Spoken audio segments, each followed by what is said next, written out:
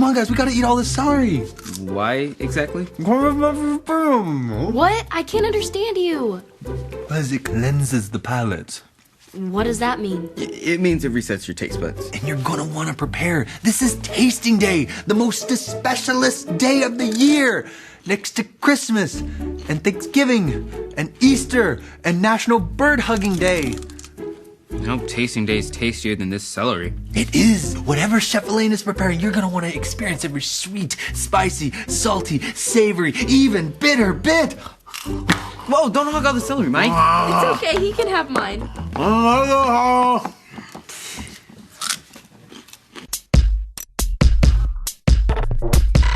We are Connect HQ.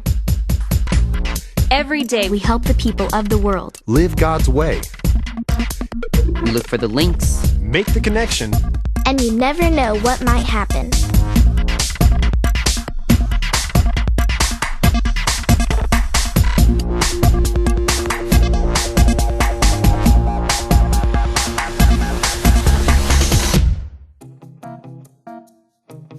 My name is Mike, and this is the time we stopped being selfish.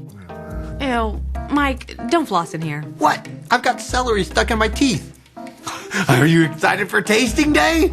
Oh, I decided not to participate this year. I wanted someone else to have my spot. How selfless of you. I am beyond excited. I couldn't sleep. And it's Edison's first time. I wish I could relive my first tasting day. So how does this work again? Okay, so Chef Elaine creates 3 new dishes that aren't on the menu, and then the lucky tasters get to vote on their favorite, but only the winning dish gets to appear on next year's menu. The others disappear forever. Oh, well, I can't wait. I'm glad you turned in my invitation, Mike. Me too. Do what now? I said I'm glad you turned in my invitation for tasting day, so I can try the new foods. Was I supposed to do that?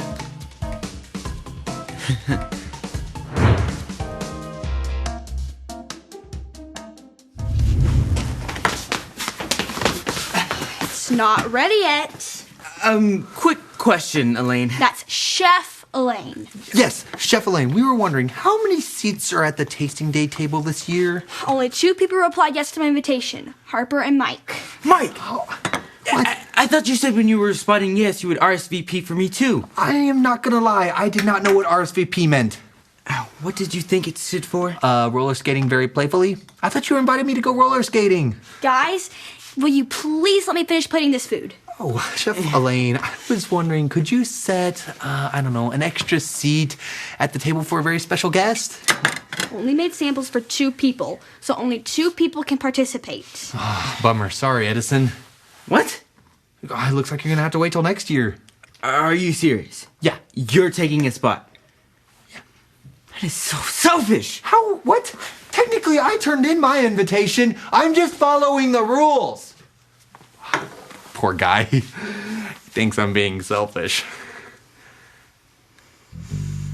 Will you help me carry these plates to the lounge? Absolutely, because would a selfish person do that? No, the answer is no.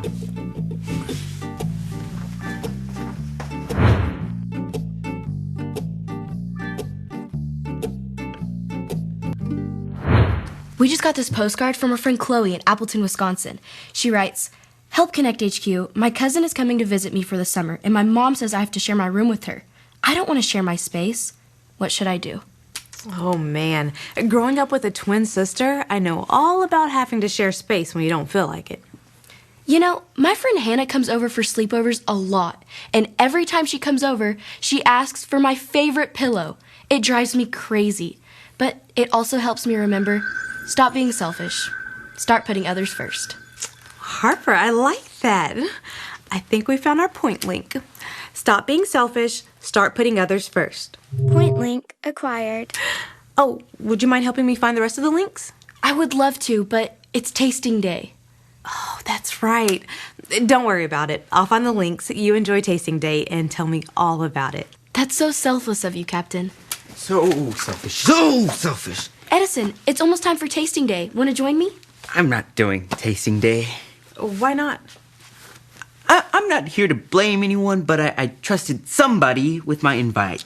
Then that somebody never replied for me. And now that selfish somebody is enjoying tasting day instead of me. Well, I'm sure it was an accident. I'm sure somebody didn't do it on purpose. He's done tasting day before. Why couldn't he give me his spot? Well, that would be a good way for him to stop being selfish, start putting others first. Exactly. Well, you know how much somebody loves food. You can have my spot, Edison. That's nice, but really, it's okay. Welcome to Tasting Day. It's time to begin. What are we tasting? Tell me! First, we have a lovely grass-fed Kansas City strip steak with kimchi, baked in a light crust. Mike, we need to talk about I Edison. don't know what half of those words were, but I liked one of them, which was steak. Fish sticks. No, this is maize-crusted Chilean tilapia, drizzled with a pomegranate reduction. Fish sticks! I love fish sticks! Mike, can we talk? And last, but not least, Donuts. well, it's a deconstructed take on the American classic. This deep-fried dough ring is infused with cinnamon, cardamom, and clove. The glaze is caramelized with ginger and orange zest sugar. Donuts! Mike, What? we should be sharing this with Edison. It's selfish to keep this to ourselves. But tasting day. What's wrong? I don't know. Well, it's tasting day. Taste it. I'm trying. Mike, I think you know what we need to do. I do. I really appreciate you helping me find the links for Chloe's problem with her cousin. No problem. Was that your stomach? I'm pretty hungry. I didn't eat breakfast because, well, you know. I was expecting to be tasting stuff right now. Well, I think I found the Bible link, and we'll see if it fits Chloe's problem, and then we'll work on getting you a snack. Sounds good. This is the story about the God who loves us in the Bible. We find truth and purpose to love God and love others. We're searching God's word for things to discover. This book is alive, full of answers and godly advice. This book is alive. See the wonderful stories inside. Every day I'm searching, read through history and poetry. How much Jesus loves me. God's great story lives. There's no other book like this. This book is alive.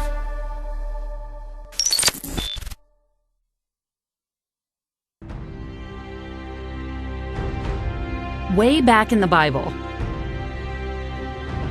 Not that far back. Not that far back. Not that far back.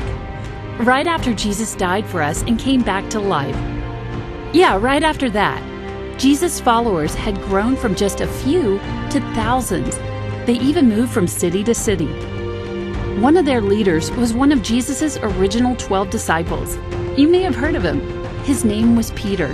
He traveled around preaching and teaching the people how to live and love just like Jesus. In the city of Joppa lived a believer named Tabitha. She was always doing kind things for others and helping the poor. She showed others God's love by making clothes for people who needed them. But she got sick and died. Her friends prepared her body to be buried and laid her in an upstairs room until her funeral. But then they heard Peter was nearby.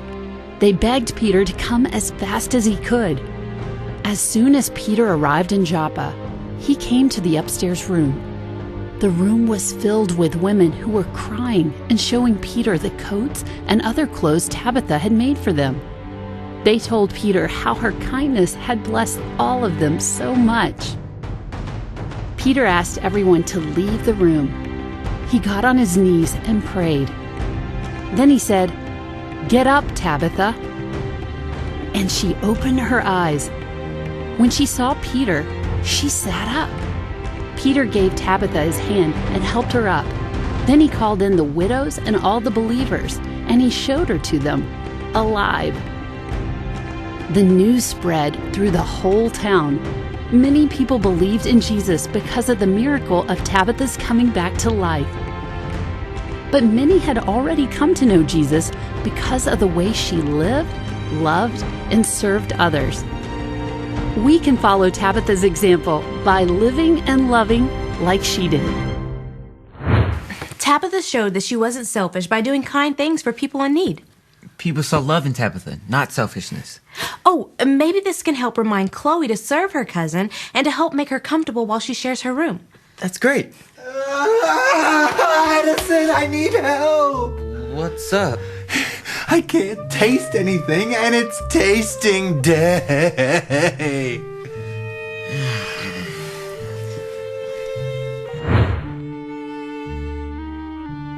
So you couldn't eat it? I couldn't eat it. I think I feel bad because you're not there to enjoy tasting day. I don't know what to do. I think I'm being selfish. Hey, Captain Ray and I found a verse with Chloe. Maybe it'll help you too. It's from the book of Philippians chapter 2, verse 3. Say it with me like this.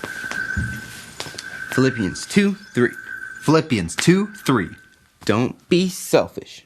Don't be selfish. Be humble. Be humble. Thinking of others as better than yourselves. Thinking of others as better than yourselves. If you don't want to be selfish, you have to think about other people when you make decisions. Other people's thoughts, needs, and feelings matter as much as yours do. Yeah, when it comes to tasting day, I was only thinking about myself. I'm sorry, Edison. Thanks, Mike, but I shouldn't have dumped my responsibility on you. I should have turned in my own invitation. Besides, you love tasting day. I couldn't eat anything. I tried. I really did. But I think God was showing me that my selfishness was hurting others, even if I was too selfish to notice. I want you to experience tasting day, Edison. How selfless of you, Mike. Now, come on, we better get going before the food gets cold.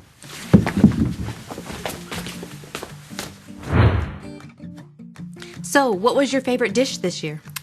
I actually gave my seat to Edison, but I think the donut hole won. Oh, that was very nice of you to give him your spot. I know that this was a big day for you. Yeah, but it felt better to be selfless than selfish, and now I can actually enjoy my food. That's a weird one. What exactly is on that sandwich? Donut holes and fish sticks. It grows on you. Slowly.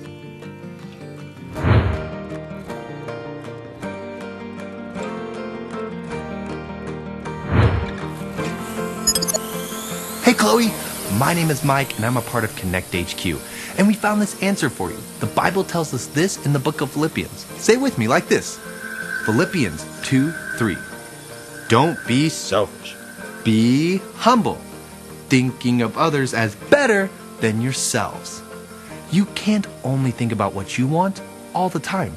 Remember, people have thoughts, feelings, and needs, and they matter too.